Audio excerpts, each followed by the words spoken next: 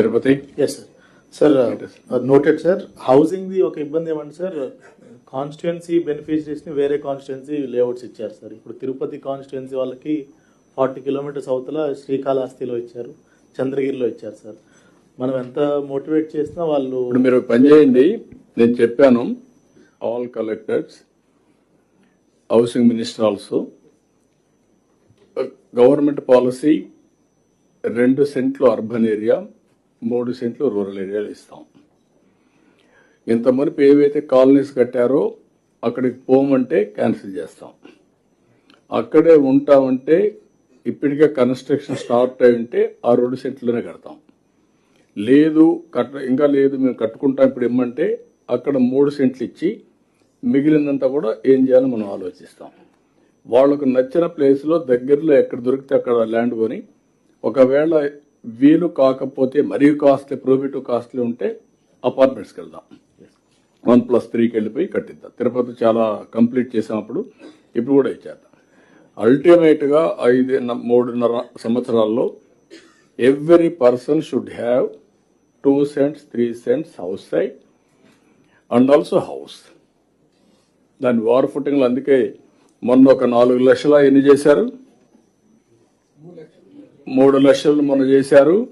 రేపు 5 లక్షలు ఉగాది చేస్తున్నాం. అవి ఫేజ్డ్ మేనర్లో పెట్టుకొని ఎవ్రీ 3 months ఒకసారి ఒక target oriented will complete everything. Sir అదేవిధంగా సార్ ఫర్టిలైజర్స్ తీసుకోవాలి సార్, ఎందుకంటే అది వద్దు అనుకున్న డిలీట్ అవ్వట్లేదు సార్. అది కూడా ఎక్కడ ప్రాబ్లం ఉందో భాస్కర్, మీరు ఇక్కడ ఉండే housing department, revenue department, Sai Prasad, మీరు కూడా ఒకసారి రాసుకొని మీరు రెవెన్యూ అంతా కూడా వాళ్ళు డిలీట్ చేసేసి అక్కడ ఆటోమేటిక్గా ఎవరు ఉన్నారో ఒక ఐడియా వచ్చేస్తుంది. ఒకసారి ప్యూరిఫై చేయండి, మీరు కూర్చొని పెట్టి రియల్ టైమ్ గవర్నెన్స్ హౌసింగ్ని. Okay sir. అదేవిధంగా ఫర్టిలైజర్లు సార్, యూరియా సరిపడా ఉంది సార్, ఎప్పటికప్పుడు మానిటర్ చేసుకుంటాం. కానీ ఈసారి ఏమంటే మినిమం 3 ఎకరాకి 3 బస్తాలు అదే విధంగా చూస్తున్నాం సార్. కాకపోతే కొంతమంది రైతులు ఏంటంటే ట్రెడిషనల్గా వాళ్ళు 4 బస్తాలకి 5 బస్తాలకి అలవాటు పడిపోయి 4 వస్తే బాగుంటుంది. ఎడ్యుకేట్ చేయండి, మీటింగ్లు పెట్టండి, ఎడ్యుకేట్ చేయండి. కొనేవాళ్ళు లేరు, అవన్నీ కొంచెం ఎడ్యుకేట్ మన చేయండి. ఇంటింటికి వెళ్ళినప్పుడు కూడా క్లియర్ గా చెప్పాం సార్, 3 అయితే సరిపోతుంది.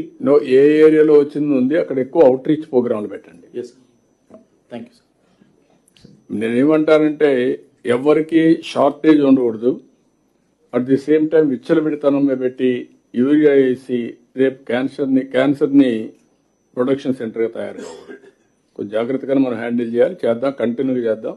ఎవరికి అవసరమైనటువంటి ఎరువులు కొరత లేకుండా చేయడం మన బాధ్యత.